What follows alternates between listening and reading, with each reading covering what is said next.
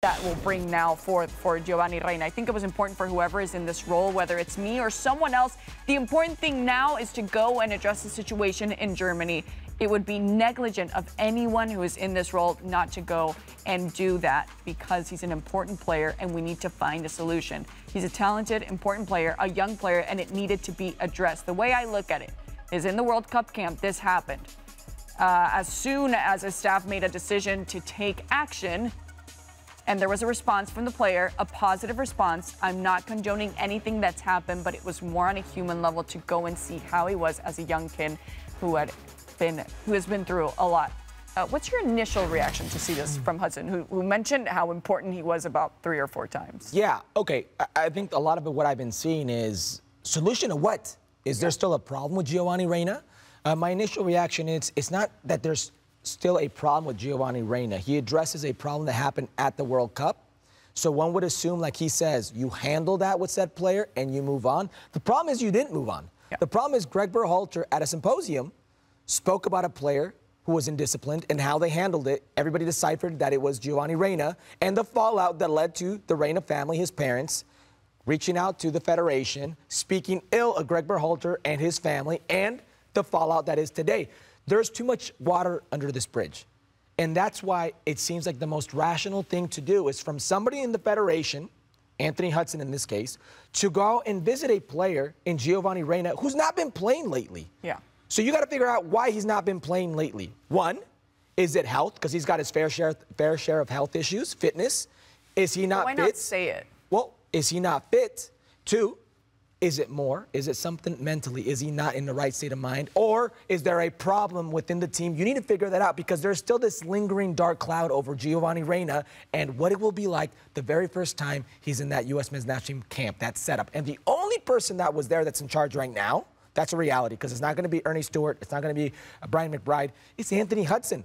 Whether any of us would like that to be the case or not, that's the reality. So I see nothing wrong with an Anthony Hudson in a very mature way going to see how this 20-year-old kid is doing. Yeah, physically and mentally. Reaction as well. Yeah, absolutely. Because at the end of the day, this is a really tough situation. We don't know if Giovanni Reyna was actually the one who asked for his parents to do what we already know happened, yeah, exactly. So we don't know the behind the scenes. What we do know now is that, yeah, I agree. It's an important reaction from Hudson. But my question to you is, how in jeopardy is now Giovanni Reyna's career with the U.S. men's national team and in general in the club? You're not worried? No, not at all. Listen, the U.S. men's national team doesn't have the luxury of turning away quality players. Certainly not the player with the highest ceiling, probably of any player in its history. So you're seeing him in March for the U.S. men's national team? Absolutely. You bring him in, you see what he's like with the players, and with all due respect to Anthony Hudson, you're a caretaker, and you're doing a very good job of doing these things, but it doesn't matter what Anthony Hudson gives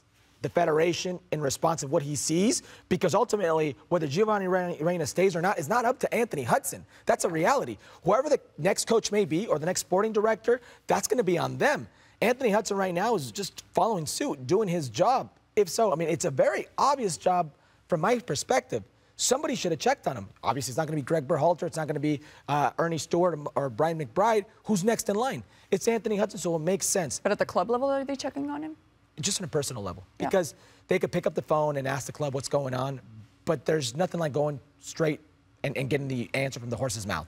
Gio, what's going on, my man? Why aren't you playing? What's on your mind? What do you think? What do you feel? Because Gio can very easily say, well, you know what? Mentally, I'm not there with my injury, if that was the case. Or he could just say, man, I'm not getting on the field because have you seen us play?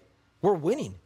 They don't need me on the field. I scored 3 straight goals in 3 straight games, and then the next game's like, we don't get scored on. I'm not on the field. Like, we keep winning. I don't have arguments to get on the field right now. That could be another thing. And honestly, if his hands are tied, his hands are tied. But you talk to the player. Yeah. What I'm thinking now is that maybe Anthony Hudson, if he doesn't call Gio Reyna up, can use this as an excuse. If Anthony Hudson does not call up Gio Reyna, there are some questions to be asked about Anthony Hudson. That's very simple. Like what? What are you doing? Like, this is one of your most talented players.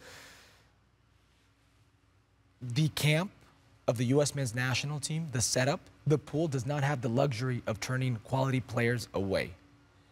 This is one bad string of results away from being a disaster You're a laughingstock and an embarrassment for how things went down in the landscape with Greg Berhalter, with the Reynas, with Ernie Stewart and the Federation, Brian McBride and his exit. All you need now is a string of bad results while you have this interim, and something happens like you don't qualify, or something happens like you don't even make it to the finals of the Nations League or the Gold Cup, for this to go sideways.